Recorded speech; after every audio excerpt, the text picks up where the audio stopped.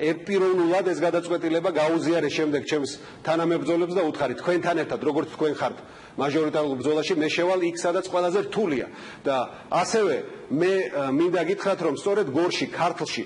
სადაც მართლაც აი 8 წლის წინ კარგად გვახსენდება რა გმირულად დახვდა ხალხი ამ აგრესიას რომელიც რუსეთიდან მოდიოდა რა სამაგალითო იყო მათი წინააღმდეგობაც სამაგალითო იყო ისიც როგორ გაუძლეს ამ ყველაფერს ამ წლების განმავლობაში და ნელ-ნელა მაინც ფეხზე ვდგებით და ასევე მე მინდოდა სწორედ შიდა ქართლისთვის მეთქვა რომ მე თქვენს გვერდით ვარ თქვენთან ერთად ვიქრები მე მაქვს გამოცდილება მოლაპარაკებების კონფლიქტების დარეგულირების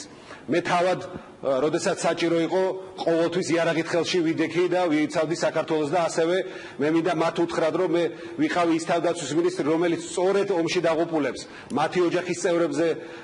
ვიყავი გადართული პრობლემების მოგვარები და მე მინდა რომ ეს ჩემი გამოცდილება რაც დამიგროვდა ამ წლების განმავლობაში სწორედ ქართლს მოვახმარო იქ მყავს ძალიან ძლიერი გუნდი როგორც თვითონ ჩვენ შტაბში ასევე სხვა მაჟორიტარებისაც რომელთან ერთადაც მე ვაპირებ გამარჯვებას მე მხოლოდ გამარჯვებისთვის შევედი ამ ბრძოლაში მაგრამ ხალხის გადასაწყვეტია ბუნებრივია რა გადაწყვეტილებას მიიღებს ამიტომ ეს იყო ერთგვარი ნაბიჯი სიმბოლურიც კი რომ ყოველთვის პარტია რომელიც გამარჯვებისთვის შედის ბრძოლაში მისი ლიდერიც უნდა იყოს ჩართული სრულფასოვნად ამ ბრძოლაში